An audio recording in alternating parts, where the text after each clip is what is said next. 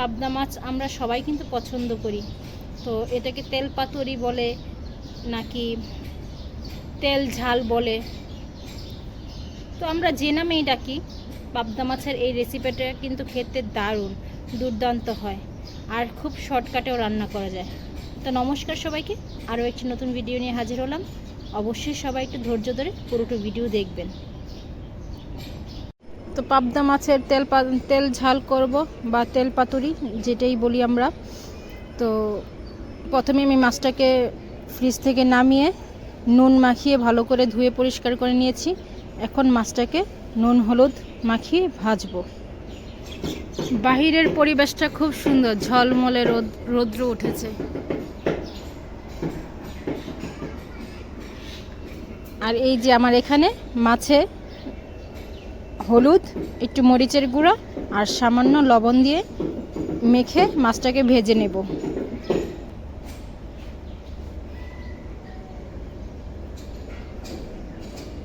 মেখে নিল গায়ে নুন হলুদ মরিচের গুঁড়া মাছের গায়ে। এখন আমি মাছটাকে ভেজে নেব। টমেটো কি হয়েছে, টমেটোর অবস্থা দেখেন। আসলে আমি টমেটোটা ডিপ ফ্রিজে রেখেছিলাম ডালে দেওয়ার জন্য বা কত কিছু, টমেটো দিয়ে তো অনেক কিছুই করা যায়। তো এখান থেকে আমি একটা মাঝারি সাইজের টমেটো বেটে নিব।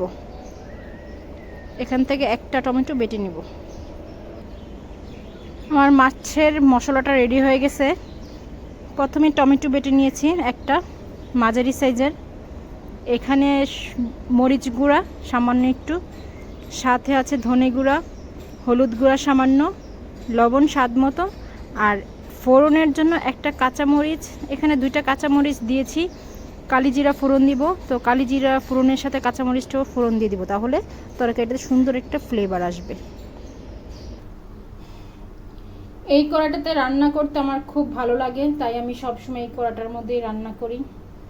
এটা আজকের কড়াই না, এটা আমার শাশুড়ির হাতের কড়াই। তো খুব সুন্দর মাছ ভাজে উল্টা এটা দিয়ে মাছ ভাজা করতে গেলে যদি নিচে দিয়ে লেগে যায় খুব খারাপ লাগে, মেজাজটা তখন গরম হয়ে যায়। তো এটার মধ্যে ভাজতে খুব ভালো লাগে, কি সুন্দর মাছগুলো উল্টে যায়। তো তেলটা গরম, কড়াইটা গরম হয়ে গেছে, তেলটাও গরম হয়ে গেছে। আমি এক এক করে মাছগুলো দিয়ে দিব। পাবদা মাছ ভাজতে গেলে কিন্তু তেলটা ছিটে আসে।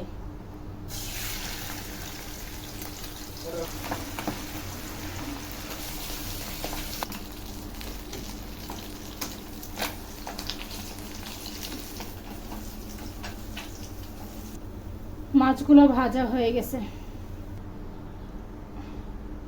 কালো জিরা দিয়ে দিলাম, কাঁচামরিচ, মশলাটাও দিয়ে দিলাম। এখন শুধু ভালো করে মশলাটাকে কষিয়ে নিব যতক্ষণ পর্যন্ত তেলটা উপর দিয়ে ভেসে না আসে।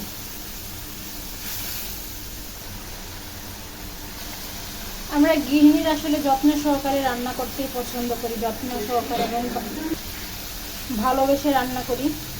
যখন ছেলে মেয়ে বা বর বসে খেতে বসে বলে যে না রান্নাটা ভালো হয়েছে, তখন খুব ভালো লাগে।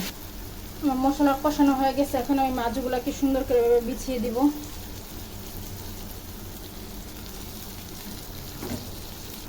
বিছানো হয়ে গেছে, এখন আমি ঝোল দিয়ে দিব। গরম জল করে রাখা আছে, গরম জলের ঝোলটা দিয়ে দিলাম। একেবারে সিম্পল এবং শর্টকাট, খুব তাড়াতাড়ি রান্না হয়ে যায়। হয়ে গেছে আমার মাছের তেল পাতুরি। এখন আমি নামিয়ে নিব।